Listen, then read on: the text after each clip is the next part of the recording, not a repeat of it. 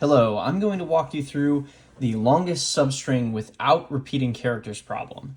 So in this problem, you're given a string, we'll call it S, where you need to find the length of the longest substring that doesn't have any characters that occur more than once, right? So in this case, our answer would be 3 because we have like ABC, BCA, CAB, but we do not have any string longer than that does not repeat characters. For instance, if you go ABC, but one more character, you get an A, which is a duplicate. So 3 would be the correct answer for this, and I'll walk you through the algorithm. So I'm going to try to do my best to explain this out, but we're going to start out, we have our start variable, and that is going to be the starting index of the substring we are currently looking at as our candidate for the longest, right? And that's going to start at 0. We're also going to have an answer variable, and that's going to be the longest substring, right? So we're going to store our answer as we're going through. We're going to keep updating this to be more and more accurate. So like if I start at A, I go 1, answer is going to be 1 because I've only seen one character. When I go to AB, answer will be 2. When I get through ABC, answer will end up being 3, right? So we're going to keep track of the longest substring we've seen so far. We're also going to have a variable scene, which represents the last index that we've seen a character at, right? So it's a dictionary.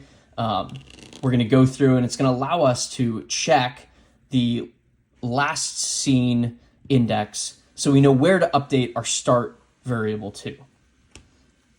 And then lastly, we're going to need to iterate over the string itself. So we're going to use I as our iteration variable. Okay, so we'll get started with I being equal to 0. So we'll look at our first character, A. First thing we'll do is we'll check if A is in our scene dictionary. And the reason we do this is it really isn't as apparent for the first character, but as you move forward in the string, this allows you to tell the last point you saw a character at, and so you know you need to adjust the start point of the current substring you're looking at. So in this case, it isn't in our scene dictionary, so we move on to the next step, which is calculating our current answer. We at this point have a substring of length 1 because we're just looking at the character A. We calculate this by taking our current index, I, which is 0, subtracting our start point, which is 0, and adding 1, right? So we have the value 1, and we check if this is greater than the current answer we have on record. It is, so we replace it. And at this point, all we need to do is record in our scene dictionary the last point we saw the character A. So then we're going to move forward. I'm going to update this to 1. So we're currently looking at, because start is 0, we're starting on character A, and our current index is 1. We're looking at this substring right here, AB. So we'll check if B is in our dictionary, which it is not. And then we'll calculate the length of this substring by taking I, subtracting start, and adding 1. In this case, we'll get 2, which makes sense because we have A and B. 2 is greater than our answer, so we'll replace it. And then we will update our dictionary to say we last saw B at index 1. And we'll update our iterator to 2. We'll check if C is in our dictionary, which it is not. And then we'll calculate the length of this substring, ABC, which is 3, which makes sense because we'll take 2 minus 0 plus 1 with the value 3. That is larger than our current value of 2, so we replace it. We then update our dictionary, and here I'm going to say that we saw C last at index 2. We update our iterator to 3. We check if A is in our dictionary, and we see, yes, we last saw the character A at index 0. So rather than look at the substring ABCA, we need to adjust our start point. Right now it points to this A with index 0. So the way we do this is we increment this to 1 plus the last time we saw this character. Right? We last saw it at 0, so we need to adjust our start point to be at B. So instead of looking at ABCA, we're looking at BCA. So we're going to plug that in. BCA is the current substring we're looking at, and we calculate its length. We'll take 3 minus 1, which is 2. We'll add 1 to it, and we'll get the value 3. But we already have an answer of 3, so we just move on.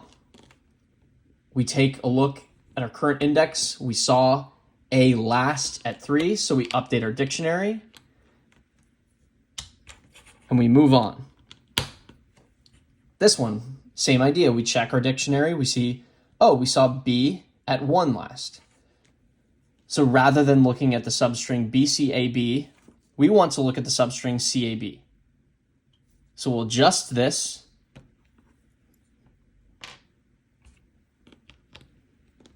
to be at 2. The length of this is 3, with 4 minus 2 plus 1. We already have a length of 3. So all we have to do now is update our dictionary with the last time we saw character B, which is 4. Then we move on to C again. And this process is going to continue. You know, we've seen C before. We last saw it at index 2. So you need to adjust our start variable again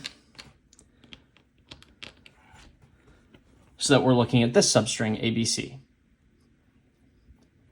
Right? So as we're going along, we're basically just adjusting both I and our start point to ensure that we're not containing any duplicate characters. Right? So at this point, you know, we know that this already has a length of 3, which we have. We'll adjust C, have a value of 5, because that's the last point we saw it. We'll move to 6, which has the character B. We last saw B at 4, so we need to adjust our start point. And we're actually going to adjust this to 5,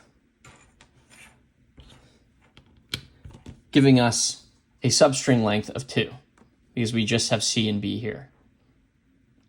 So then we'll update B in our dictionary. So we last saw it at 6.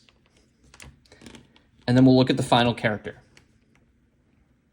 We last saw B 1 character prior, so you need to adjust our start variable. And we're going to do it to 1 plus 6, which is 7. So our start variable and our I iterator actually end up being the same thing. And we have a length of 1, which is obviously less than answer. At this point, we've finished iterating through the string, so we can just return 3 as our answer. So in the previous example, just so I'm not confusing people with how you adjust the start variable, the previous example, every case you changed it, you were just putting it as 1 plus the last point you saw a character.